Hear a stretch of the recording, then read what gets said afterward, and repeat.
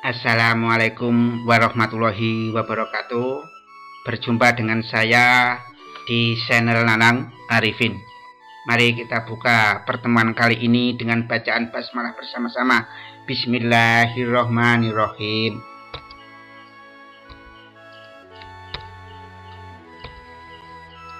Anak-anakku, dulu mungkin ketika kamu masih kecil, pernah sakit disentri, dimana kalau orang sakit disentri itu kepalanya panas, sakit kepala, sering buang air besar.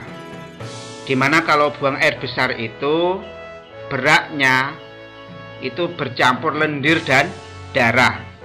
Itu disebabkan oleh apa? Ya, disebabkan oleh bakteri Shigella dysenteriae histolytica, ya, atau Entamoeba histolytica. Di situ maka banyak air yang tidak diserap oleh usus, sehingga sering buang air besar, dan buang air besarnya itu bercampur darah dan lendir.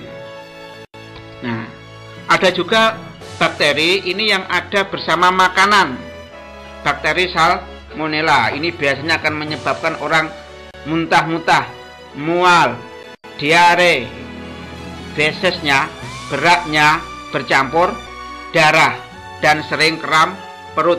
Hati-hati dengan makanan yang mengandung bakteri Salmonella, itu pada daging biasanya. Maka di sini mendorong seorang mahasiswa Unibro, mahasiswa Unibro itu menemukan suatu alat yang namanya adalah pilator. Dengan pilator ini, makanan kita masukkan ke dalam alat pilator, maka makanan ini nanti akan dapat mengidentifikasi di makanan tersebut ada bakteri Salmonella atau tidak. Nah, bakteri juga bisa kita temukan di dalam nata de coco.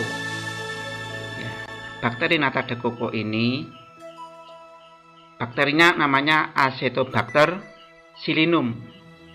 Ini nanti yang akan menjadi bahan pembuat nata de coco yang berasal dari sari kelapa.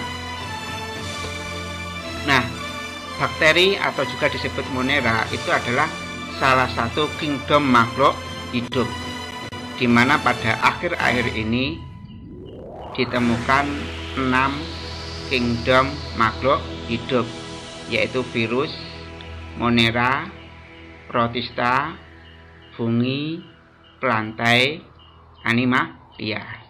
Ini adalah Monera atau bakteri. Nah, di sini apa tujuan pembelajarannya? Yang pertama adalah ini siswa dapat mengetahui ciri-ciri dari bakteri atau Monera.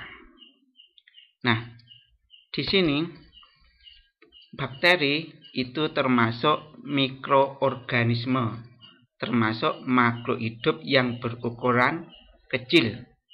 Berapa atau jumlah mikroorganisme makhluk hidup berukuran kecil yang ada di dunia? Itu dari hasil data terakhir jumlahnya adalah 1 triliun spesies. Makhluk hidup yang berukuran kecil yang tidak dapat dilihat dengan mata telanjang, itu contohnya adalah virus. Kemarin kita barusan heboh adanya virus COVID, itu jenis virus. Ukurannya paling kecil, untuk melihatnya tidak bisa dengan menggunakan mikroskop yang ada di Man Kota Blitar. Namanya mikroskop elektron, non seluler, bukan sel. Lalu mikroorganisme Monera yang nanti kita bahas, uniseluler, berukuran 1 sel. Dia tidak punya membran inti sel. Selanjutnya adalah protista, uniseluler, berukuran 1 sel. Dia punya membran inti sel. Nah, kalau Monera atau bakteri itu ada 2. Ada Archaeobacteria, ada Eubacteria. Archaeobacteria itu yang primitif, sudah ada sebelum manusia ada. Ini mungkin makhluk hidup pertama yang muncul di muka bumi ini. Kalau Eubacteria itu bakteri sejati, muncul sesudah ada kehidupan manusia. Bagaimana perbedaan Archaeobacteria dan Eubacteria? Ciri-cirinya dilihat dari ini adalah bentuk bakteri. Kalau kita melihat Archaeobacteria, Eubacteria, kita lihat dinding selnya dan ribosomnya.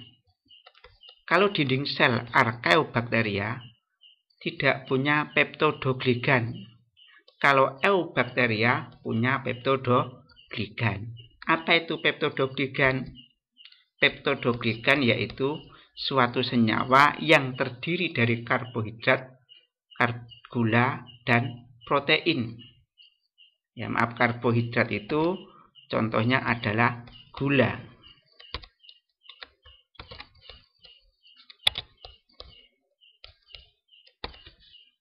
Ya, karbohidrat itu contohnya adalah gula dan protein.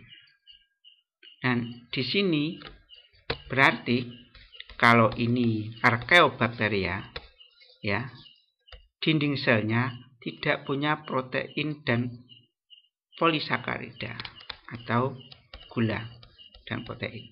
Kalau Eubacteria, dinding selnya memiliki protein dan karbohidrat zat gula. Lalu ribosomnya bagaimana? Kalau Archaeobacteria itu punya beberapa jenis RNA polimerase. Kalau Eubacteria itu hanya punya satu jenis RNA polimerase. Apa itu RNA polimerase?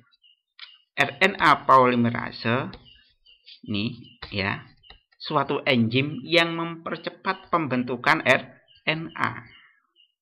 Nah, di sini RNA itu adalah bagian dari asam nukleat yang ada di dalam gen untuk membawa sifat keturunan. Dan di sini ya, ciri-ciri Eubacteria. Maka kita di sini lebih memunculkan pada Eubacteria, bukan Archaeobacteria. Eubacteria itu berasal dari bakteri, yaitu bakterion atau bakterium, yang berarti tongkat atau batang. Karena bakteri itu dulu diketemukan bentuknya seperti tongkat atau batang. Tapi sebetulnya ada 3 bakteri. Ada yang berbentuk basil atau batang. Ada yang berbentuk kokus bulat. Ada yang berbentuk spiral seperti ini. Kalau kita lihat di mikroskop, maka bentuk bakteri itu ada 3. Ada yang batang, ada yang bulat, ada yang spiral. Nah, di sini apa ciri-ciri bakteri? Ciri-ciri bakteri itu ukurannya kecil. Diameter garis tengahnya setengah sampai 1 mikron. 1 mikron itu 1 dibagi 1000 meter. Berarti 1 mikron itu adalah 1 meter dibagi 1000. Sehingga nggak bisa dilihat dengan menggunakan mata telanjang. Perlu menggunakan mikroskop. Dan panjangnya Eubacteria itu 1 sampai 20 mikron. Sehingga hewan ini sering disebut sebagai mikroorganisme. Hewan yang berukuran kecil. Kalau dalam mata kuliah di perguruan tinggi biologi itu masuk mata kuliah mikrobiologi, ilmu yang mengkaji makhluk hidup yang berukuran kecil. Ciri yang kedua, semua bakteri ini punya dinding sel. Bakteri ini hanya dapat dilihat dengan menggunakan mikroskop, bersifat uniseluler, 1 sel. Kalau manusia kita itu multiseluler, banyak sel. Selanjutnya cirinya bersifat prokariotik. Apa itu prokariotik? Tidak punya membran inti sel. Nah, di sini ada inti selnya. Kalau kita perhatikan, inti selnya ini tidak ada membrannya. Selanjutnya bersifat kosmopolitan. Habitatnya itu ada di daerah yang luas. Bahkan ada yang ada di daerah yang ekstrim, seperti di kawah gunung berapi. Selanjutnya cirinya hidupnya cara soliter. Soliter itu sendiri. Dan hidupnya cara koloni. Hidupnya berkelompok. Selanjutnya, beberapa bakteri mampu membentuk endospora. Gimana membentuk sebuah kapsul ketika kondisi lingkungan itu tidak menguntungkan. Contohnya pada bakteri yang menyebabkan penyakit antrak, Bacillus anthracis, atau penyebab penyakit tetanus, Clostridium tetani.